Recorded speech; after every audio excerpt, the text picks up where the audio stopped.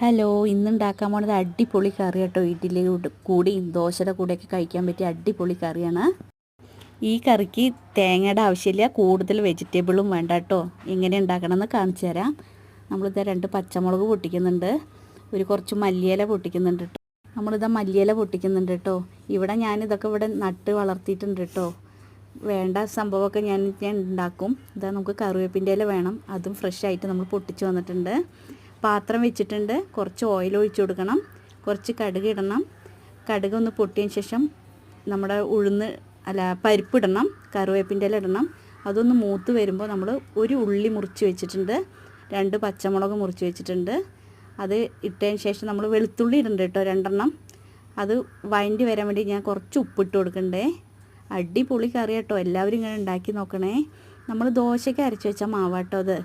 ഈ മാവ് നമ്മളൊരു കുറച്ചെടുത്തിട്ട് ഒരു പാത്രത്തിൽ എടുക്കുക, കുറച്ച് മതി, ഒരു അര കയ്യിലെടുത്താൽ മതി.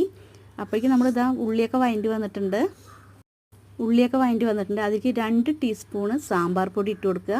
തക്കാളി ഇട്ട് കൊടുത്തിട്ടുണ്ട് കേട്ടോ.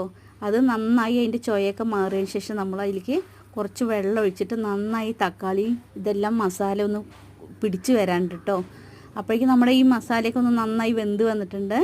നമുക്കിതിലേക്ക് ഒരു ഗ്ലാസ് വെള്ളത്തിലേക്ക് വെള്ളം ചേർക്കണം. ഈ മാവിലേക്ക് നന്നായി ഇളക്കി കൊടുക്കണം, കൈ വിടാണ്ട് ഇളക്കി കൊടുക്കണം, കട്ട കുത്തുള്ളൂ. അപ്പോൾ നന്നായി ഇളക്കി കുറുക്കി എടുക്കണം. ഇതാ നമ്മുടെ ദോശ ഉണ്ടാക്കിയിട്ടുണ്ട് കേട്ടോ. അടിപൊളി ടേസ്റ്റാണ്. പണ്ട് കാലത്തൊക്കെ നാളികേരം പച്ചക്കറിയൊന്നും ഇല്ലാത്തപ്പോഴേ ഇങ്ങനെ എത്ര ഉണ്ടാക്കുക കേട്ടോ. എൻ്റെ അമ്മമ്മ പറയാറുണ്ട്, തട്ടിക്കൂട്ടി കറിയാണ്, പക്ഷെ അടിപൊളി കറിയാണ്. എല്ലാവരും ഇങ്ങനെ ഉണ്ടാക്കി നോക്കി അഭിപ്രായം പറയണം.